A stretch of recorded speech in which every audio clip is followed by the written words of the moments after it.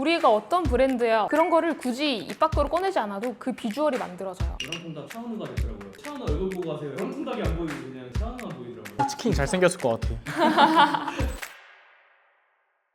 오늘은 유명인들이 파는 제품들 과연 효과적일지에 대해서 먼저 말씀을 드리고 그 다음에 여러분들이 궁금해하시는 마케팅 정보를 같이 곁들여서 말씀을 드리려고 합니다. 오늘도 같이 함께 해주시는 저희 매니저님 간단하게 인사 부탁드릴게요. 안녕하세요. 오늘도 인사드리게 됐습니다. 임정현 매니저입니다.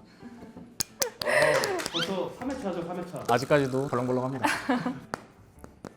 유명인들이 광고하는 제품, 브랜드 과연 효과적일까부터 이제 말씀을 드리면 매니저님은 어때요? 사본 적 있어요? 저는 사본 적은 없는데 아무래도 마케팅 일을 좀 하다 보니 들리는 소리들이 인플루언서나 이런 거를 했을 때 확실히 효과적이라고 지금 여기저기서 좀 많이 들었어가지고 저는 제가 직접 찾는 걸 좀 선호를 하기 때문에. 그럼 매니저님은 제품 본질, 효능 효과 이런 것만 비교해보고 구매를 하는 편이에요? 그렇죠. 근데 또 옷 같은 경우에는 유명인들이 입는 옷을 고르게 되는 그런 경향이 있더라고요. 변호사? 같이 입는다고 변호사 되진 않겠지. 아 그렇죠. 반은 따라갈 수 있지 않을까? 나도 저런 스타일이 되지 않을까 싶은. 무드를 따라하고 싶어서 비주얼은 좀 그렇지만 그렇지만 좀 성천돼요. 익숙합니다. 뛰어나시지만 그만큼은 아니다. 저는 유명인들이 광고하는 거 많이 사보기도 하고 미팅을 많이 진행을 하다 보니까 한번 써보라 라고 이제 거의 다 보내주시다 보니 받아서도 좀 많이 쓰는 편이에요. 유명인들이 광고를 한다고 해서 그 제품이 진짜 효과적이다, 너무 뛰어난 효능을 가지고 있다, 이런 경우는 저는 거의 없었어요. 그래서 제가 말씀드리고 싶은 건 유명인들로 광고를 진행을 하는 것 또한 다 마케팅 일부 요소거든요. 인지도를 높이고 싶다라고 할 때 돈만 있다라고 하면 가장 빠르게 인지도를 이제 높일 수 있는 게 모델을 사용을 하는 거겠죠? 전속 모델 기사도 많이 나잖아요. 전속 모델로 섭외했다 이러고 쫙 도배를 해버리기도 하니까 연예인 팬들도 함께 싹 브랜딩을 할 수 있는 그런 역할을 주다 보니까 확실히 그런 파급력 큰 것 같아요. 맞아요. 모델을 통해서 얻고 싶은 게 세 가지가 있어요. 일단 첫 번째로는 팬, 고객을 따로 이제 모객을 하지 않고도 그들의 팬덤을 충분히 활용할 수가 있겠죠. 그리고 또 다른 부분은 신뢰도를 올릴 수 있어요. 예를 들어서 가장 대표적으로는 유재석이 광고하는 건 너무 믿음이 가요. 그래서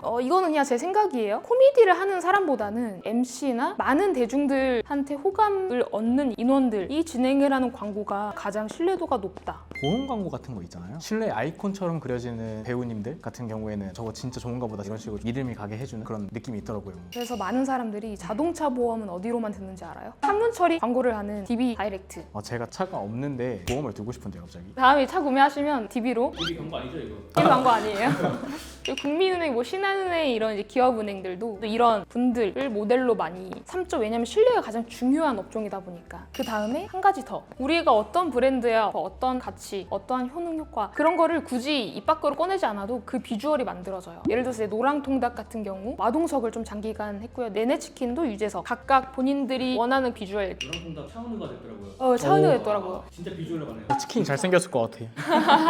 그래서 영상만 보니까 차은우 얼굴 보고 가세요. 영통닭이 안 보이고 그냥 차은우만 보이더라고요. 내가 좋아하는 연예인이 제품을 광고를 한다라고 했을 때 진짜 그 제품이 뭔가 좋을 것 같고 신뢰가 더 가고 뭔가 더 필요해지는 것 같은 그런 심리적인 느낌을 주더라고요. 이게 저번에 얘기했었던 커뮤니티적인 그런 부분이랑도 좀 일맥상통되는 것 같은 게 아무래도 팬 커뮤니티를 같이 묶어서 하는 거다 보니까 팬을 섭렵을 하면 그쪽 커뮤니티까지 같이 섭렵을 해서 그쪽에서 또 자연적으로 발생하고 저번에 얘기했었던 그 영상 참고해 주시고. 잘한다. 오른팔 맞죠? 오른팔. 네, 맞아요. 그래서 팬, 신뢰, 비주얼 이렇게 세 가지 요소를 단번에 챙겨갈 수 있는 게 광고 모델을 섭외해서 진행하는 효과이다. 그런 이면의 부분도 있어요. 우리는 광고를 하는 모델을 믿고 구매를 했는데 이 사람조차 사용을 안 하거나 예를 들어서 2년 전에 그러한 이슈 갔거든요. 어떤 연예인이 차를 먹고 다이어트에 성공을 했다라고 하는데 사실상 식이요법과 헬스까지 다 병행을 한 결과물을 이 차를 먹고 난 이렇게 뺐다. 이렇게 이제 광고를 하는 곳들이 굉장히 많아요. 연예인 이름 붙이고 뒤에 다이어트 이런 식으로 이제 키워드 팔이라고 해야 될까요? 파리피플이라고 하죠. 최근에 기사도 하나 보니까 작년에 과장 광고가 몇만 건이 나왔어요.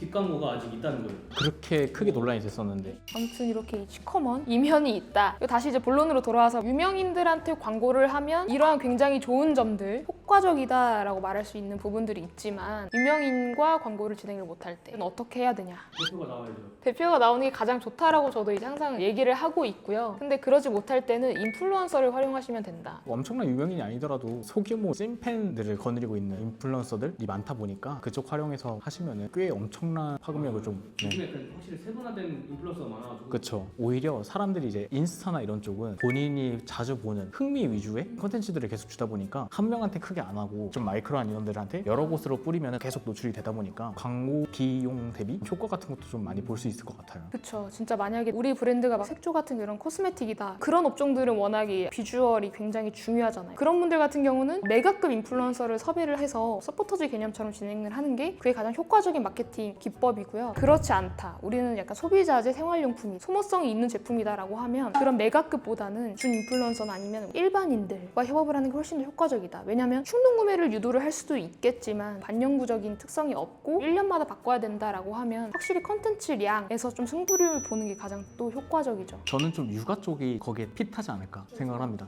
육아 쪽은 이제 계속 아기가 커감에 따라서 바꿔줘야 하는 거기도 하고 그리고 육아 쪽 관련된 이제 인플루언서 분들은 아기가 같이 커간단 말이죠. 소비자에 맞춰서. 그러면은 이 인원이 또 생애 주기가 바뀌어가지고 다음 제품을 광고를 해. 그러면은 거기 구독하시는 분들도 또 거기 맞춰서 또 구매를 하시고. 그런 인플루언서가 광고 엄청 들어가고 아 그쵸. 장난 아니에요. 제 개인적인 워딩이긴 하지만 육아 카르텔이라고 부르고 있습니다.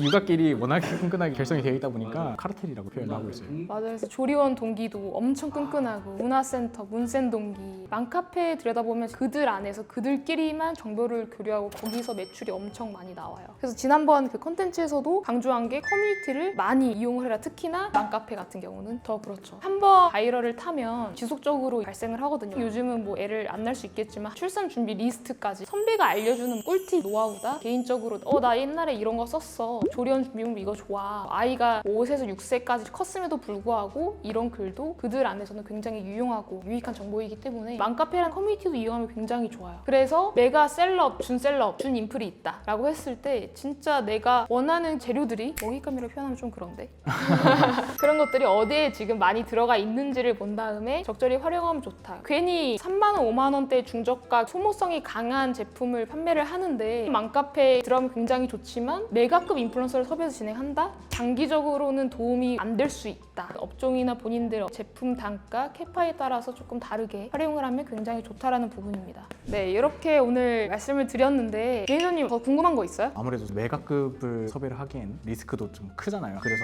준 인플 쪽을 고려하시는 분들이 많을 것 같은데 이걸 어떻게 섭외해야 돼?